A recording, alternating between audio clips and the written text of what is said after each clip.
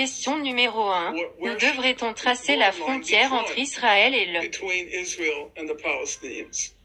Palestiniens? Les Palestiniens ont accepté la position de la communauté internationale. La frontière devrait être tracée là où elle se trouvait avant la guerre de juin 1967, c'est-à-dire celle de la Cisjordanie,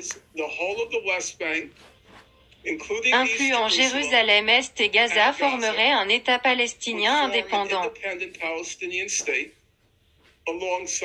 Aux côtés d'Israël, les Palestiniens ont accepté la position de la communauté internationale.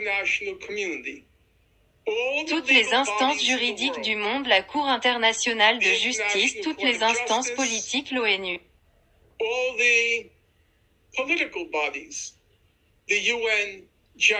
à l'Assemblée générale, tout le monde a accepté que la frontière soit ce qu'on appelle le pré-juin.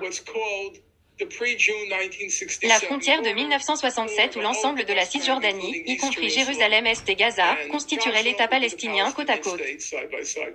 Se ranger du côté d'Israël. Israël a rejeté cette position.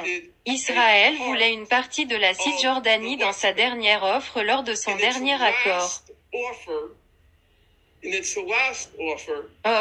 Il voulait environ 8% de la Cisjordanie et a donc rejeté l'offre de la communauté internationale.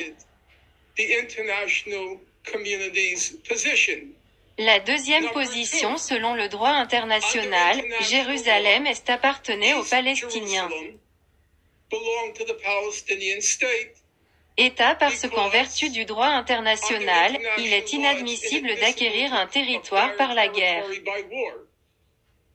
Israël a acquis Jérusalem-Est, la Cisjordanie et Gaza au cours de la guerre de 1967, il n'avait aucun titre légal. À Jérusalem-Est, en Cisjordanie et à Gaza, Israël a rejeté cette position de la communauté internationale.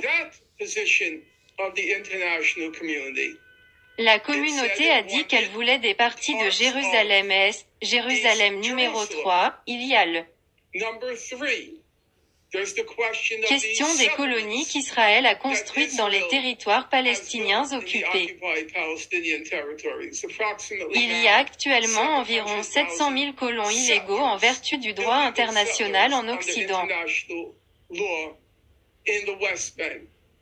Tous ces colons sont illégalement en Cisjordanie en ce moment même.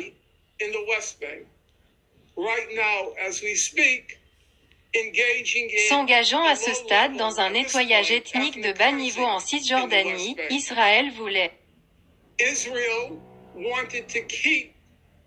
garder sous sa souveraineté environ 80 d'entre eux. Colons et enfin il y a la question des réfugiés palestiniens et de leurs descendants ou leurs descendants depuis 1948, Israël a déclaré qu'il ne permettrait pas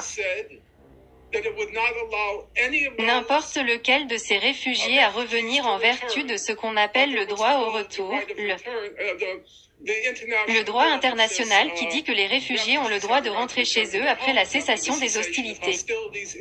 Israël a dit non à toutes ces questions concernant les frontières.